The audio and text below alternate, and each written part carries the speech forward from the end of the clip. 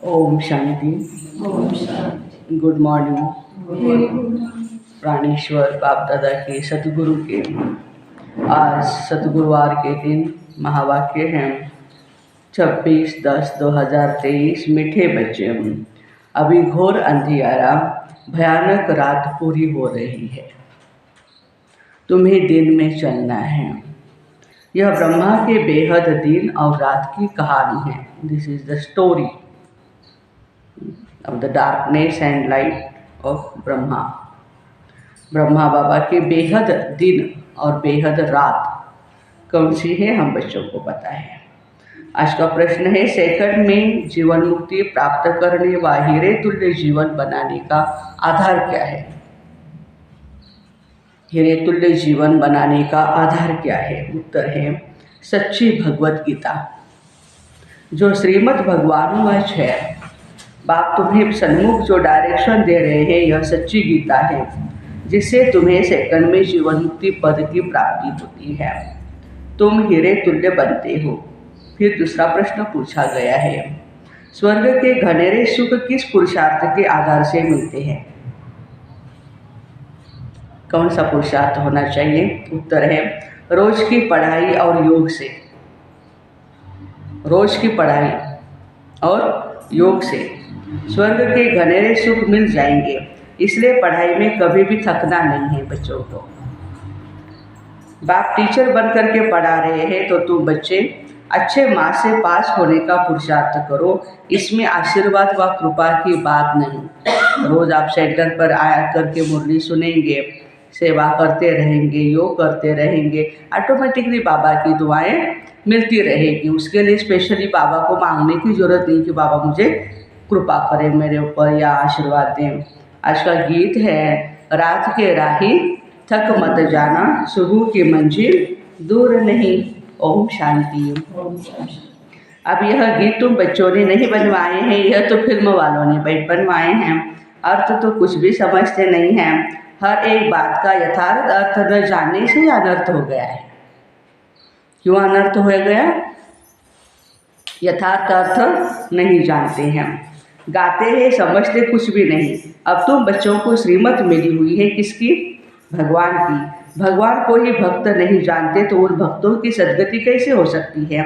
भक्तों का रक्षक है भगवान। रक्षा मांगते हैं, जरूर कोई दुख है हमारी रक्षा करो, बहुत गाते भी रहते हैं। भगवान कौन है, किससे रक्षा करते हैं, जरा भी नहीं जानते। भक्त अथवा बच्चे अपने बाप को न जानने के कारण ही दुखी हो पड़े हैं। क्यों दुखी हुए हैं? भगवान को न जानने के कारण। अभी इनका अर्थ तुम बच्चे जानते हो। अभी है घोर अंधियारी भयानक रात, आधा कल्प की रात है। कोई भी विद्वान आचार्य या पंडित नहीं जानते कि रात किसको कहा जाता है। यूँ तो यह जानवर भी जानते हैं रात सोने की होती है और दिन जागने का होता है। चिड़िया भी रात को सो जाती है और फिर दिन में उड़ने लगती है। वह दिन रात तो कौन है? यह ब्रह्मा के बेहद की रात और ब्रह्मा का बेहद का दिन है। बेहद का दिन सतयुग त्रेता और रात है द्वापर और कलियुग। आधा आधा चाहिए ना। दिन की आयु भी 2500 वर्ष है। इस दिन रात का तो किसको पता नहीं है। दिन की आयु 2500 वर्ष है, रात की भी आयु 2500 वर्ष है। अभी तुम बच्चे जानते हो रात पूरी होती है अर्थात 84 जन्म पूरे होते हैं, अथवा ड्रामा का चक्र पूरा होता है, फिर दिन शुरू होता है। रात को दिन और दिन को रात बनाने वाला कौन है? ये भी कोई नहीं जानते। भगवान को ही नहीं जानते तो यह सब बातें कैसे जान सकते हैं? मनुष्य पूजा करते हैं परंतु समझते नहीं हैं यह कौन है जिसकी हम पूजा करते हैं। बाप बैठ समझाते। पहली मुख्य बात है गीता को खंडन करने की। कहते भी है श्रीमद् भगवत गीता, गीता का पति कौन है? गीता का पति कौन है? भगवान है, न कि कोई मनुष्य है। ब्रह्मा विष्णु शंकर को देवता कहा जाता है और सतयुग के मनुष्यों को देवताई गुणों वाला कहा जाता है। देखो, देवताई गुणों वाला कहा जाता है। दैवी धर्म वाले श्रेष्ठाचार्य को देवताई गुण वाले कहते हैं। श्रेष्ठाचार्यों को क्या कहते हैं? देवताई गुणों वाला कहते हैं। तो भारत के मनुष्य बहुत ही श्रेष्ठाचारी थे। देखो बाबा याद दिला रहे हैं बच्चों को। वही फिर आसुरी गुण वाले बने हैं। मुख्य धर्मशास्त्र है ही 4, और कोई धर्मशास्त्र है नहीं। अगर है भी तो बहुत छोटे छोटे मठ पद स्थापन किए हुए हैं। जैसे सन्यासियों का मठ होता है वैसे बौद्धियों का भी है। बुद्ध ने, गौतम बुद्ध जी ने क्या किया? बौद्ध धर्म स्थापन किया। वो कहेंगे हमारा फलाना धर्मशास्त्र है। धर्म कौन सा है उनका? धर्मशास्त्र क्या है? धम्मपद, है ना। अब भारतवासियों का धर्मशास्त्र है एक, कौन सा? श्रीमद् भगवत गीता। सतयुगी देवी देवता धर्म का शास्त्र है एक, उनको श्रीमद् भगवत गीता कहा जाता है। गीता माता है तो उनका रचयिता कौन? परमपिता परमात्मा है। श्री कृष्ण की आत्मा जब 84 जन्म पूरे करती है तब फिर गीता के भगवान ज्ञान का सागर परमपिता परमात्मा से सहज राजयोग और ज्ञान सीख ऊंच पद पाती है। श्री कृष्ण की आत्मा कैसे ऊंच पद पाती है? बाबा बता रहे हैं। ऐसे ऊंचते ऊंच धर्मशास्त्र को भी खंडन कर दिया है, जिस कारण ही भारत कौड़ी तुल्य बना है। यह भी ड्रामा में एक ही भूल है जो गीता को खंडन कर दिया है। बाबा अब जो सच्ची गीता सुना रहे हैं वह निकलनी चाहिए। सच्ची गीता गवर्नमेंट को छपानी चाहिए। यह है श्रीमद् भगवान वाच। बच्चों के प्रति बाप डायरेक्शन देते हैं, अच्छी रीति लिखना चाहिए, शॉर्ट में। जो डायरेक्शन बाबा दे रहे हैं वो लिखना चाहिए शॉर्ट में। तुम बच्चे जानते हो सच्ची गीता से सेकंड में जीवन मुक्ति मिलती है। बाबा का वन बाबा से पूरा पूरा वर्षा लेना है या अधूरा लेना है? पूरा वर्षा लेना है। बीच झाड़ और ड्रामा के चक्र को समझाना है। गाते भी है सतयुग आदि सत है भी सत, होशी भी सत। गुरु नानक देव जी ने कहा ना, झाड़ को जाना भी सहज है, इनका बीज ऊपर में है। यह वैरायटी धर्मों का झाड़ है, इसमें सब आ गए। बाकी छोटी छोटी टालियाँ तो अथाह है, मठ पंथ बहुत है। भारत का आदि सनातन देवी देवता धर्म है, वो किसने स्थापन किया? परमात्मा ने, भगवान ने। कोई मनुष्य ने तो नहीं किया ना। श्री कृष्ण तो है ही दैवी गुण वाला मनुष्य। वह 84 जन्म पूरे कर अब अंतिम जन्म में है। सूर्यवंशी, चंद्रवंशी, वैश्यवंशी बनते बनते कलाएं कम होती जाती है। सूर्यवंशी राजधानी जो सतयुग में श्रेष्ठाचारी थी, सो कलयुग में अभी क्या बने हैं? सभी भ्रष्टाचारी बने हैं। अब फिर श्रेष्ठाचारी बन रहे हैं। तुम्हारी बुद्धि में है ऊंचते ऊंच किसका पाठ है? हाँ, शिव बाबा का है ना, फिर ब्रह्मा विष्णु शंकर का है। अभी तुम जान गए हो मुख्य है ही शिवाय नमः। जो उसकी महिमा गाते हैं वह ब्रह्मा विष्णु शंकर के लिए नहीं गाते हैं। प्रेसिडेंट की महिमा प्राइम मिनिस्टर को नहीं दी जाती है। उनकी जो क्वालिटी है, क्वालिफिकेशन है, वो अलग होती है, दर्जा अलग होता है। मिनिस्टर का दर्जा अलग होता है, प्राइम मिनिस्टर का अलग होता है। तो शिव बाबा का दर्जा किसी और देवी देवताओं को नहीं दे सकते हैं। नहीं, अलग अलग टाइटल है ना, सब एक तो नहीं हो सकते। तुम बच्चों को अभी बुद्धि मिली है, तुम जानते हो क्राइस्ट को भी अपना क्रिश्चियन धर्म स्थापन करने का पार्ट मिला हुआ है। आत्मा है तो बिंदी, उस आत्मा में पार्ट भरा हुआ है। जैसे गौतम बुद्ध के भी आत्मा में पार्ट भरा हुआ है, वो आई है बौद्ध धर्म की स्थापना करने के लिए। अभी वो पालना कर रही है अपने धर्म की।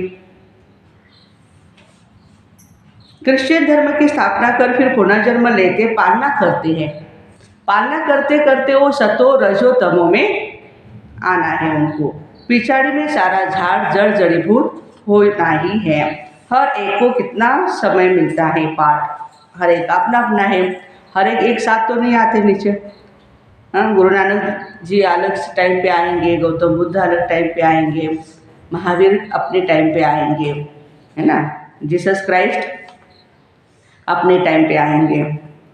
तो बुद्ध को कितना समय पालना करनी है ये बच्चे तुम जानते हो।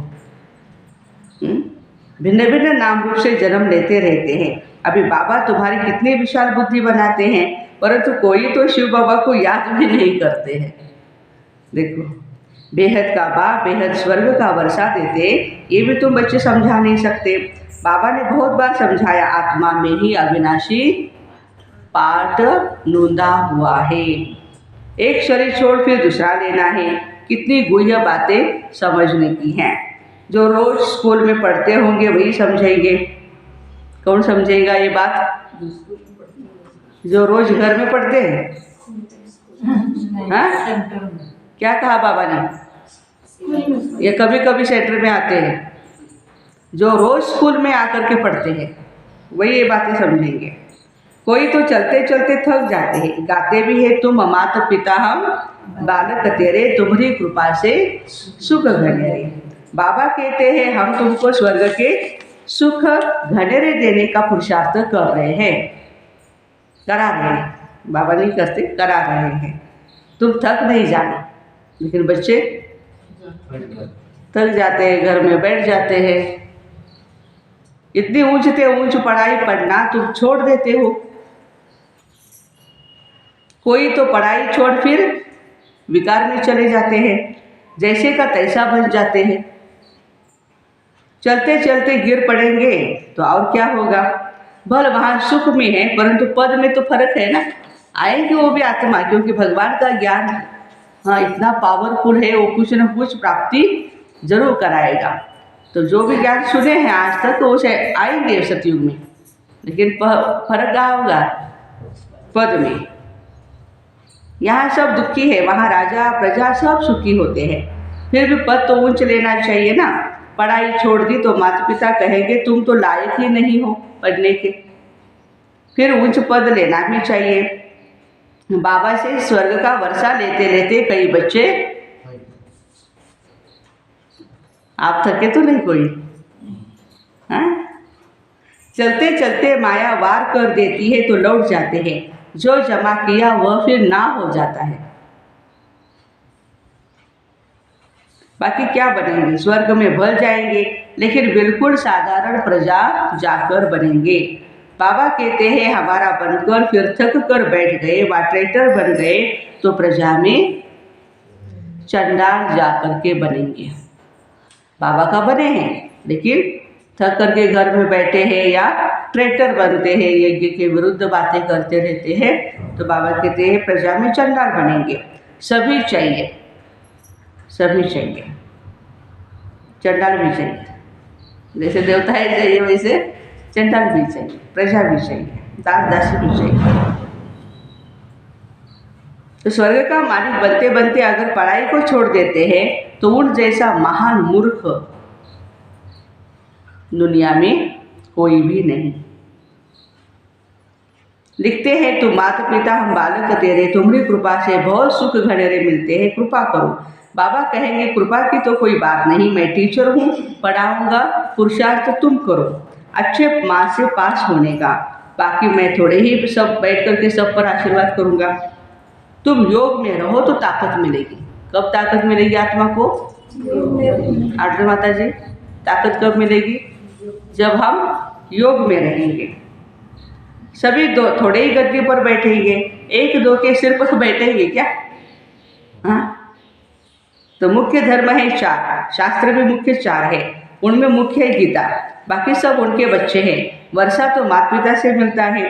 अब बाप सन्मुख समझा रहे हैं, सिर्फ गीता पढ़ने से थोड़े ही राजाओं का राजा बन जाएंगे। बाबा ने तो गीता पढ़ी थी, ब्रह्मा बाबा ने हमारे, परंतु उनसे को होता कुछ भी नहीं। ये सब है भक्ति मार्ग के शास्त्र।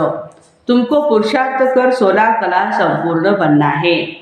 अभी तो तुम्हारे में कोई कला या गुण नहीं रहे। गाते हैं मुझ निर्गुण हारे में कोई गुण नहीं, आप ही तरस परोए। हमारे ऊपर कृपा करिए भगवान, हमको फिर 16 कला संपूर्ण बनाओ, जो हम थे फिर हमें बनाओ। अब तो बच्चे जानते हो, बाप सन्मुख आकर के समझा रहे हैं। एक निर्गुण संस्था भी बनाई उस समय, बाबा के टाइम पे एक निर्गुण संस्था किसी ने बनाई होगी, नामाचार था उसका। तो बाबा कहते हैं निर्गुण निराकार का अर्थ भी नहीं जानते हैं। शिव का तो आकार है ना, जिसका नाम है तो जरूर चीज़ है। आत्मा इतनी सूक्ष्म है, उनका भी नाम है। ब्रह्म महतत्व जहाँ आत्माएं निवास करती है वह भी नाम है ना। नाम रूप से न्यारी कोई भी चीज होती नहीं। भगवान को कहते हैं नाम रूप से न्यारा, फिर उनको सर्वव्यापी भी कहते हैं। दोनों तरफ से बातें करते हैं। ये कितनी बड़ी भूल है। मनुष्य जब इन बातों को समझे तब ही निश्चय करे। बाबा हमने आपको जाना है, बोलो सभी।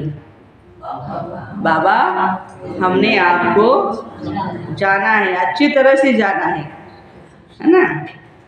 कल्प कल्प आपसे राज्यभाग्य लेते आए हैं, ऐसा निश्चय हो तब पढ़ सकते हैं। यहाँ से बाहर निकलते और फिर भूल जाते हैं। इसलिए पहले पहले लिखवा लेना चाहिए। बरोबर शिव बाबा आए हैं राजयोग सिखलाने के लिए। लिख कर भी देते, फिर पढ़ते नहीं।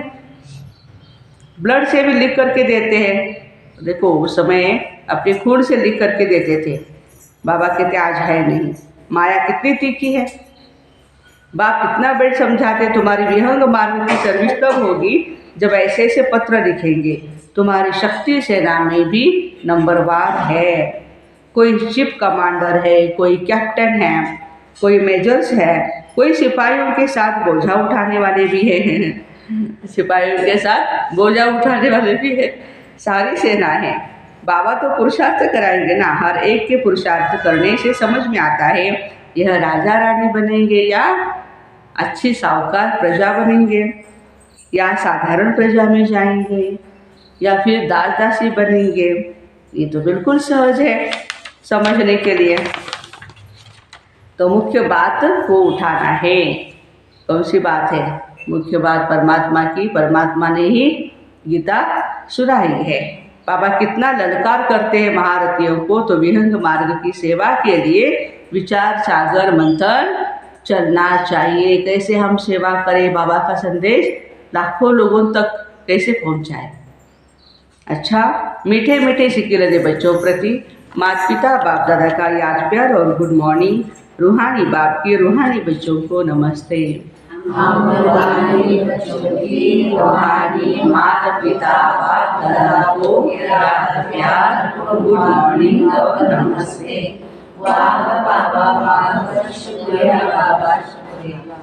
धारणा के लिए मुख्य सार पहली पॉइंट है, पढ़ाई में कभी भी थकना नहीं। ऊंच ते ऊंच पढ़ाई रोज पढ़नी और पढ़ानी है। विहंग मार्ग की सर्विस करने की युक्तियाँ निकालनी है। योग में रह बाबा से ताकत लेनी है। कृपा आशीर्वाद मांगनी नहीं है। आज का वरदान है, वरदानों की दिव्य पालना द्वारा सहज और श्रेष्ठ जीवन का अनुभव करने वाले सदा खुश नसीब भव। बाप दादा संगम युग पर सभी बच्चों की 3 संबंधों से पालना करते। बाबा के संबंध से वर्षे की स्मृति द्वारा पालना, शिक्षक के संबंध से पढ़ाई की पालना और सद्गुरु के संबंध से वरदानों की अनुभूति की पालना एक ही समय पर सबको मिल रही है। वर्षा, पढ़ाई और वरदान। इस दिव्य पालना द्वारा सहज और श्रेष्ठ जीवन का अनुभव करते रहो। मेहनत और मुश्किल शब्द समाप्त हो जाए तब कहेंगे खुश नसीब। मेहनत और मुश्किल ये शब्द समाप्त हो जाए तब कहेंगे खुश नसीब। स्लोगन है, बाबा के साथ साथ सर्व आत्माओं के स्नेही बनना ही सच्ची सद्भावना है। बाबा के साथ साथ सर्व आत्माओं के स्नेही बनना ही सच्ची सद्भावना है।